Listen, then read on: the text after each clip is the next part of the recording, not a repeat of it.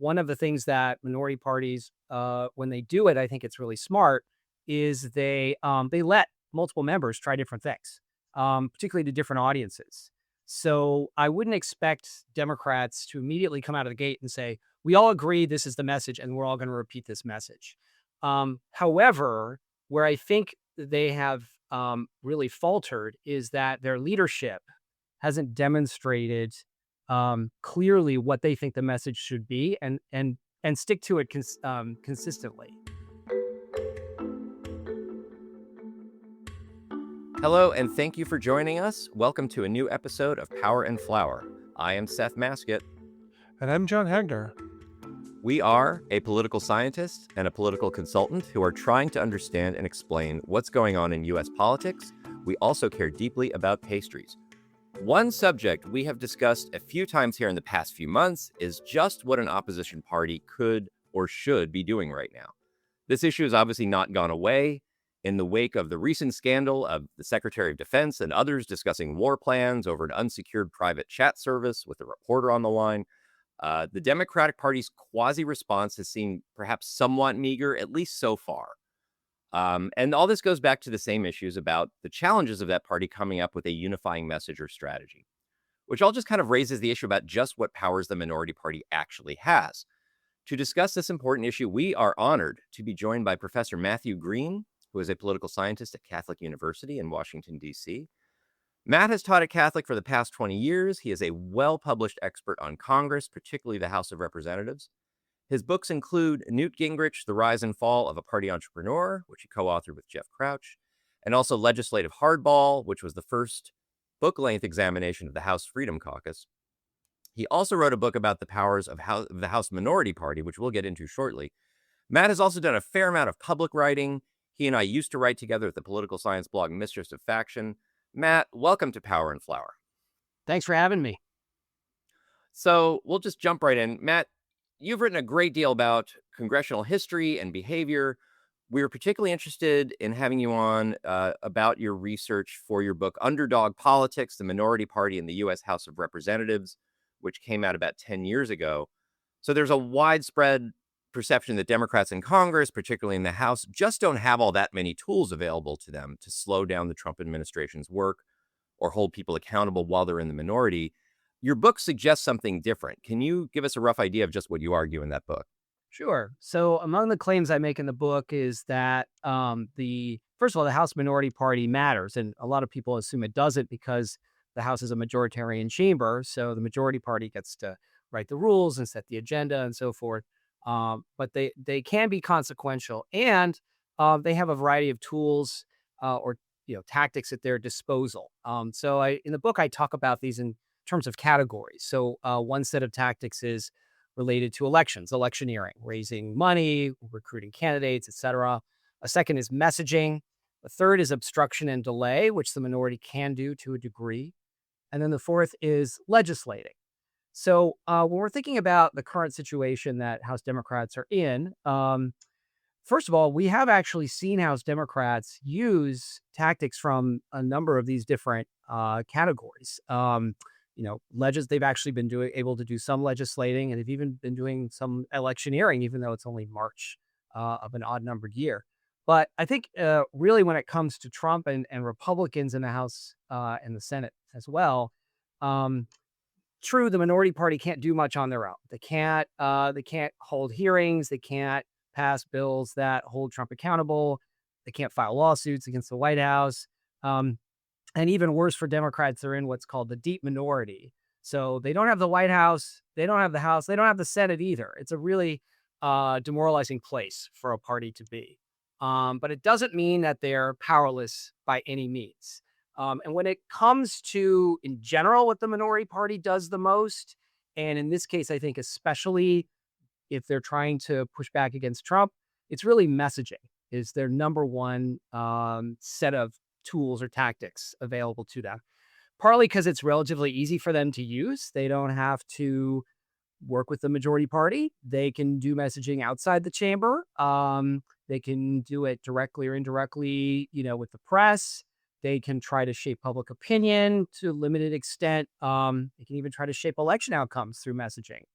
And we can talk more about what kind of messaging they can do, but I do want to say something that hasn't gotten a lot of attention, which is one of the reasons to do these things, including messaging, is not just because you want to beat the opposition. It's because it also helps your party internally. One of the biggest challenges that a minority party faces in Congress is morale. It's really demoralizing. You're losing every day. You don't get any of the stuff you want on the floor for the most part. It can be very depressing. But if you have a member who gives a great speech, or you've got this awesome press event, um, it can bolster morale. It also gives members of the minority something to do, so they don't have a whole lot to do when they're not in charge of governing. And it's also a great outlet for individual creativity. And then finally, it's just important for the base. It's important for the voters. Amy Walter at the Cook Report recently wrote that Democratic activists are not interested in polls or grand strategies. They want to see Democrats, she put it, quote, punching back now. And how you punch back or show you're punching back right off the bat is through messaging. Thanks for that. Yeah, I want to ask a follow up on that because I agree with you. Messaging seems really important, and you mentioned that in theory it's something that comes relatively easy to a minority party because you don't need to be in the majority to use it. It also seems like something that the Democrats have really struggled with over the past few months. Like, we've had very different messages coming out of the mouths of Hakeem Jeffries, Chuck Schumer, AOC, Jasmine Crockett. Now, I understand they come from very different districts. They're very different sorts of people, and they don't necessarily have to agree. But do you have a sense of like why it has been so difficult? Because at least my memory of the Democratic Party, say in this point in 2017, they were just as internally divisive a party, but they seem to have a much more unified strategy in dealing with the early Trump administration. Yeah. So it's not necessarily a bad thing if there's multiple messages, because especially when you're trying to figure out what the right message is.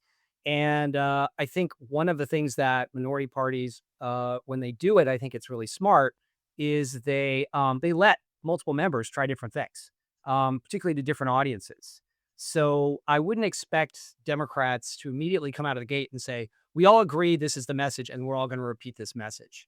However, where I think they have really faltered is that their leadership hasn't demonstrated clearly what they think the message should be, and stick to it consistently. Mhm. Um, why that's the case, I can only fathom a guess. I mean, there's guesses out there, right? One is Schumer. This is not quite his bailiwick.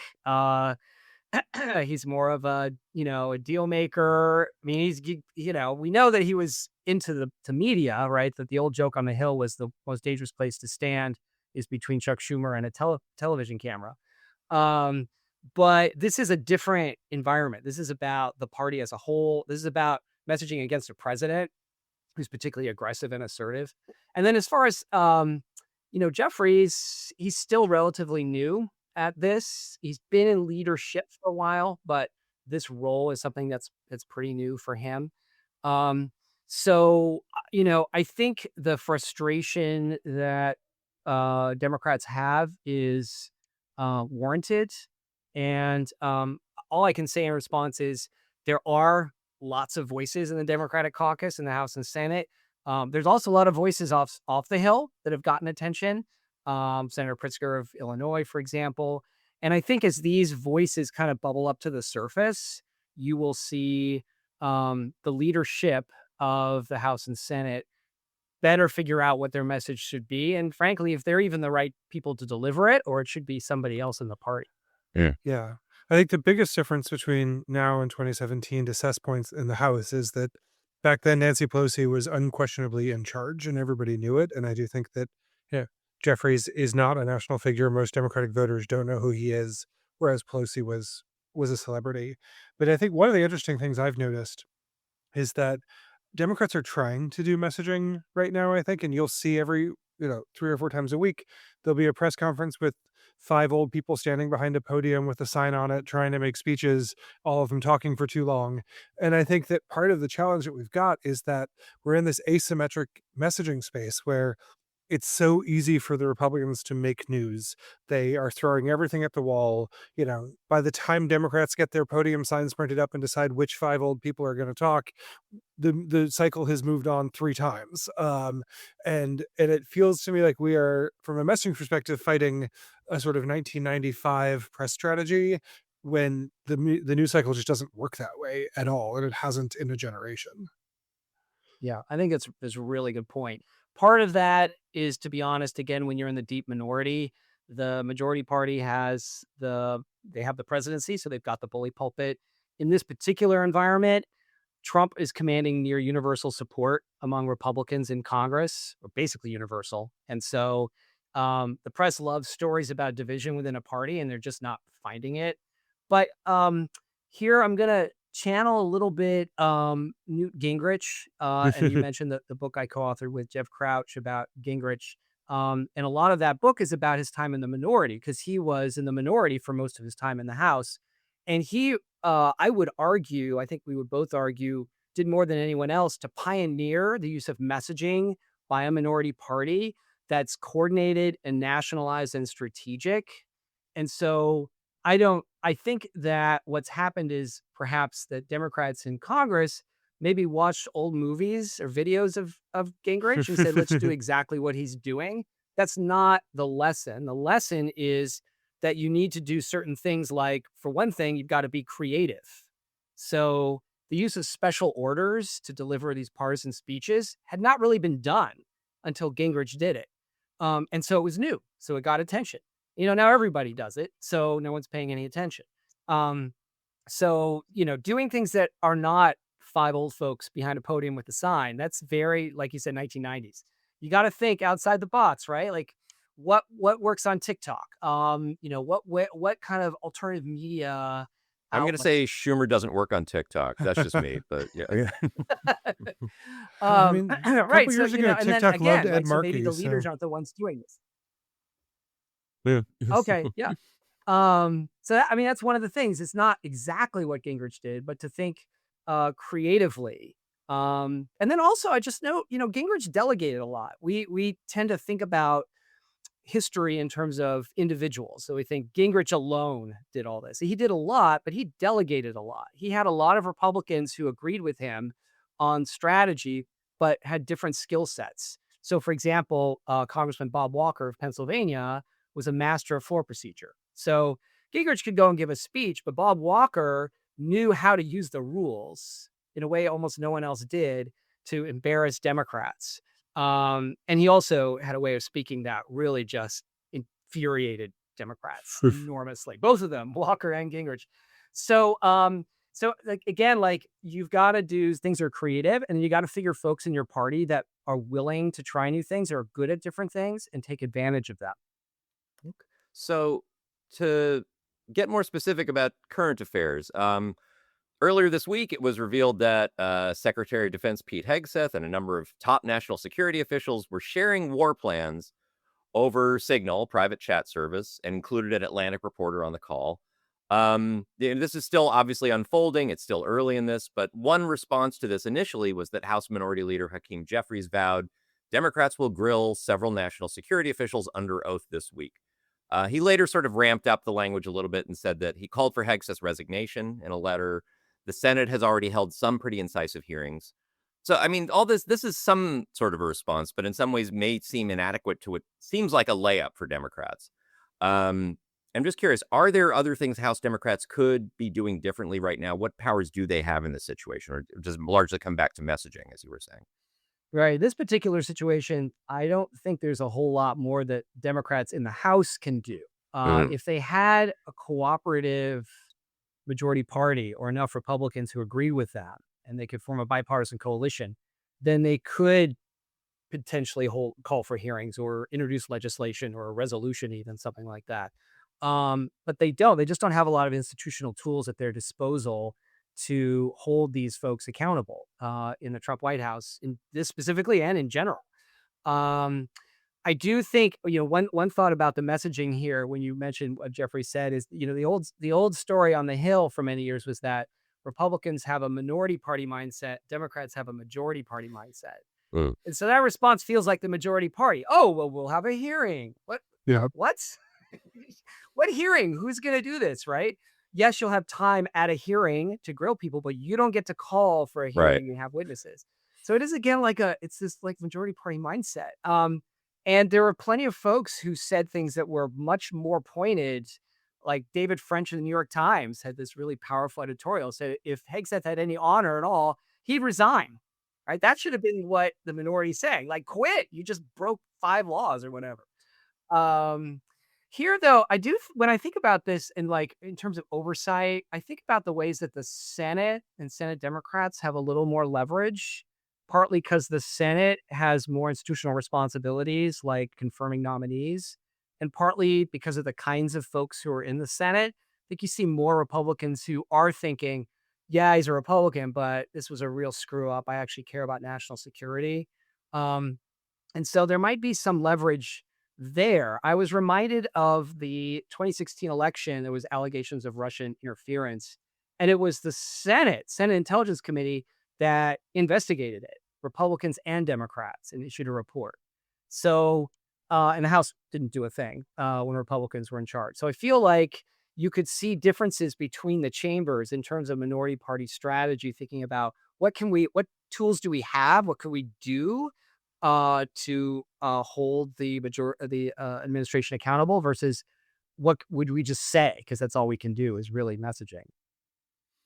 Yeah, I've been really struck by the fact that, like, in many ways, like, the sharpest messaging and language on this has come from, the neocons, basically, old national security Republicans, David French, Bill Kristol, and others who are just very clear about why this is a problem and what should be done about it, and just, way better messaging than any Democrats on Capitol Hill right now. Um, But but Matt, I, I I think your wanted to point ask you about about. Oh, sorry, oh, jump in, sorry. it's John. Matt, I think your point about Democrats always acting like the majority party and Republicans always the minority is absolutely correct. And I also think that that extends to the media ecosystem. It extends to what the Democratic base wants. That the idea that Democrats are going to be the responsible adults in the room who will come in and fix the messes is just so deeply ingrained in the way we do everything. And I think being totally locked out of power from a messaging perspective should liberate Democrats to say everything you don't like is the Republicans' fault, and we are terrible at that. We want to get in there and try to fix it and act like we're in charge, and not take the advantage, I think, sometimes of what we can do from a minority party position. Sorry, that's my soapbox for the morning. Yeah, that's a great point, and it may help explain why uh, Democrats or Schumer and a handful of others ultimately folded on the whole showdown over the CR, because the story in the media was Democrats will shut down the government if they don't Yeah, allow for this bill to come to the floor. If which they is exercise their wild filibuster rights, considering it's Democrats' fault. right. Yeah, considering Republicans have It's the like it's presidency, wait, it's the their Senate, fault. the House. They also have the super legislature in First Street and the Supreme Court. They've got a 6-3 super legislative majority. Like they've got everything, and we don't have the power for any of it. Yeah. Yeah, Matt, on that question, I'm glad you brought up the budget and the continuing resolution. Obviously, in that situation, House Democrats thought they'd have more influence because Republicans in the House are usually not that unified on this, but they proved more unified than usual. Are there things that Jeffries or others could have done differently there, or were they just they just didn't have the numbers to slow anything down? I think the House Democrats probably did just about everything they could do. Hmm. And the way I look at it is not, oh, Republicans were unified. What more could Democrats have done? But rather, Democrats forced Republicans to be unified. They made the speaker and they made the president use up political capital Hmm. to build a majority and where there wasn't one. They had Freedom Caucus members saying, I hate this. This is terrible.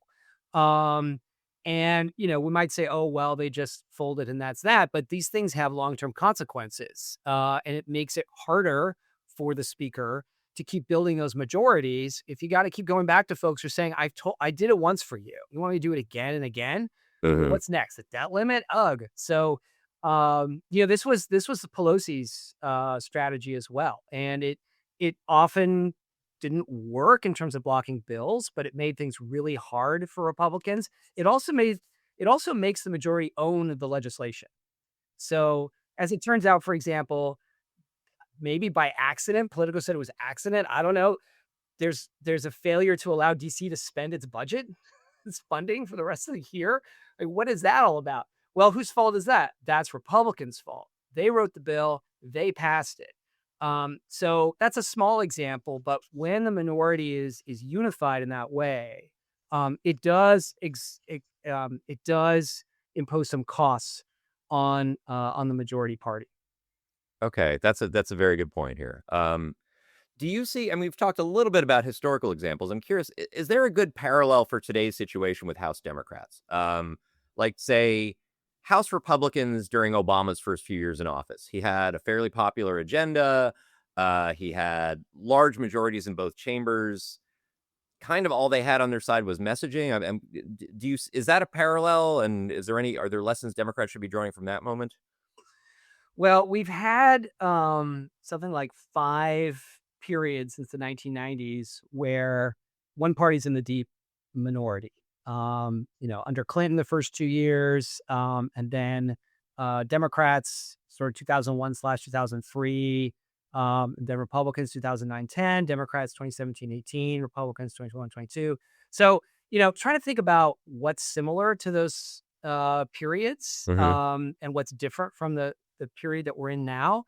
I mean, there's some similarities. I think on the one hand, Democrats are extremely well positioned to, if not, well, I think eventually win probably control of the House in the next cycle.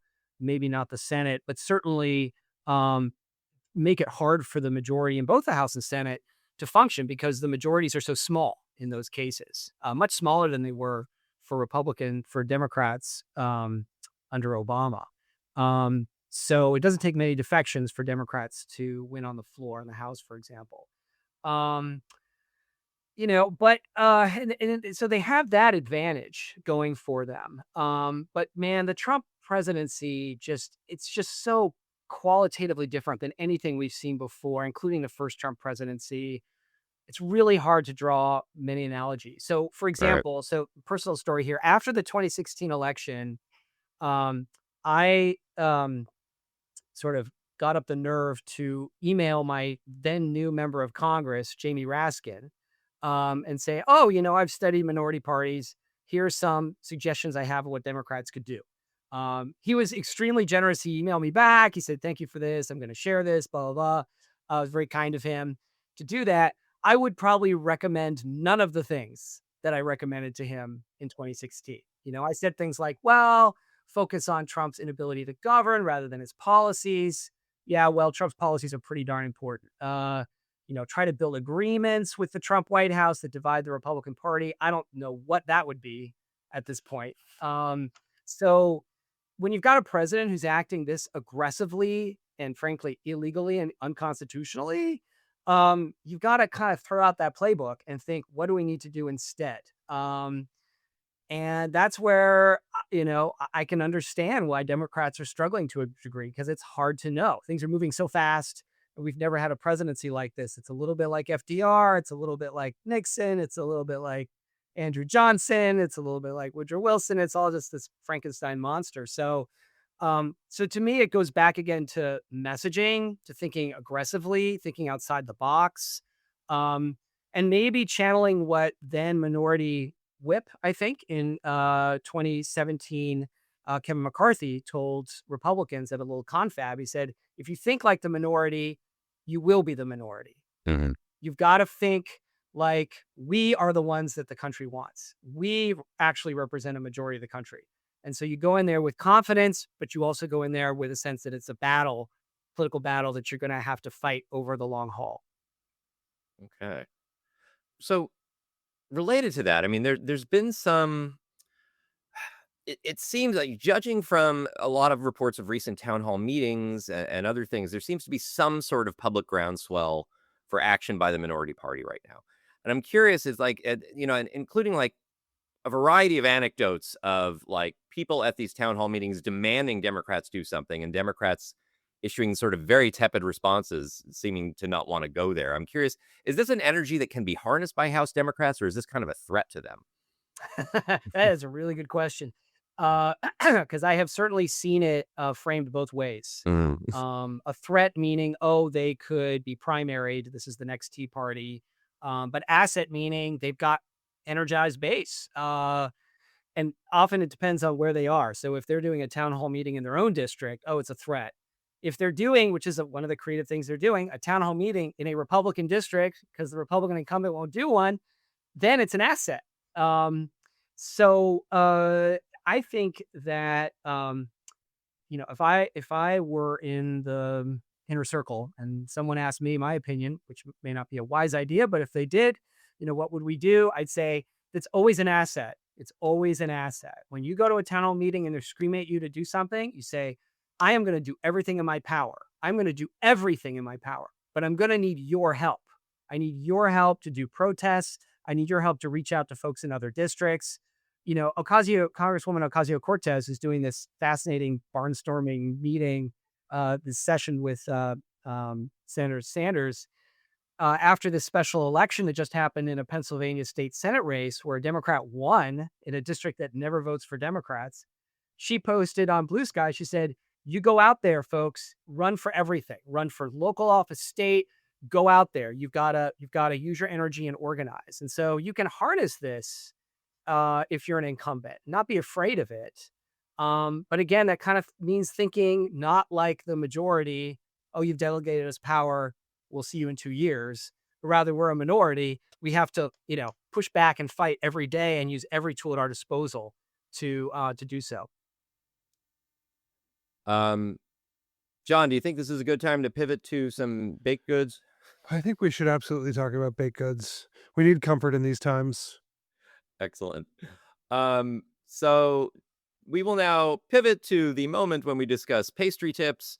Matt, we understand that you took a recent trip with your family to Vienna and sampled some local baked goods. I was hoping you could tell us a little bit about that experience. Sure. So yes, we were in Vienna last summer.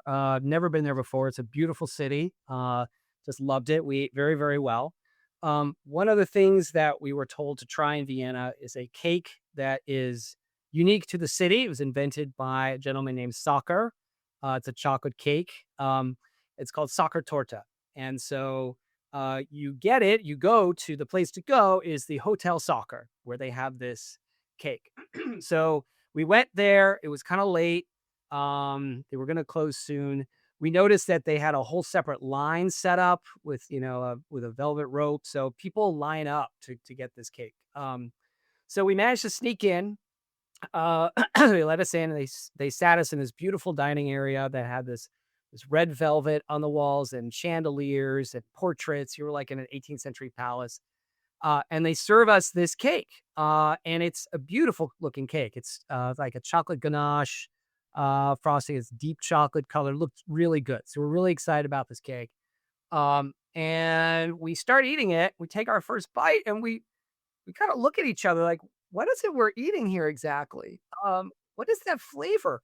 So it turns out that, first of all, the cake has apricot jam in it, which we were With not chocolate? yeah, yeah, Mm. which we weren't anticipating. A second, the chocolate itself wasn't particularly rich, so it was very mild, and then the cake itself was very dry. So we paid, I think, $9 per slice for this really mediocre cake. It was very disappointing. But on another occasion, we were walking around Vienna at night, and we saw this, it's kind of like this little storefront, this small storefront.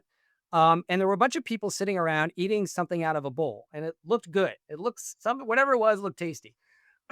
So we go in, and for a lot less than $9, we get a bowl of what's called Kaiserschmarrn. A Kaiserschmarrn is basically a sweet pancake that once it's cooked, you tear it into pieces, put it in a bowl, and then you can put whatever you want on it: ice cream, powdered sugar, Nutella, strawberries, whatever. So we ordered this Kaiserschmarrn, and it was delicious. It was really, really good because you have the pancake is warm, and then if you get like ice cream with it, for example, then it kind of mixes. It's like warm and cold. It's so good. It was so good that when we came back, I went to find a recipe and have made it for the family a couple times. And Oh, it it's worked not out? hard to make. It's Okay. super tasty. And the beauty is, if you make it for a crowd and you have a bunch of different things, people can put in it whatever they want. Like I said, ice cream, whipped cream, fruit, nuts. So Kaiser Schmarrn is what it's called. And we walked away learning something that we should have known, which is you avoid the tourist traps. Right. You go to the hole in the wall places that everyone goes to. That's where you get the good food. The only time that Excellent. I've been to Vienna was 2 days after the 2016 election.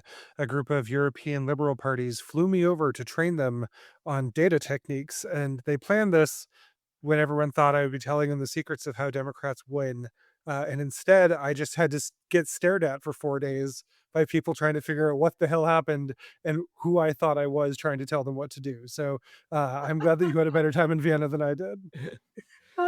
That's a good I opportunity watched to just bury yourself in a bowl of Kaiser Schmarrn at that Yes. Yeah, point. exactly. Instead, I just watched The Sound of Music and cried when they ripped up the Nazi flag, but, simpler times. Thanks for these tips, Matt. Okay, now I got to get to Vienna at some point. This has been great. Matt, thank you so much for your time today. Really appreciate your expertise on this. This has been really helpful. And John, thanks for the conversation today. All right. Thank you both. Thanks, It's been a lot everyone. of fun. All right, everyone, take care, stay safe, and we will hopefully have another episode up soon. Bye-bye.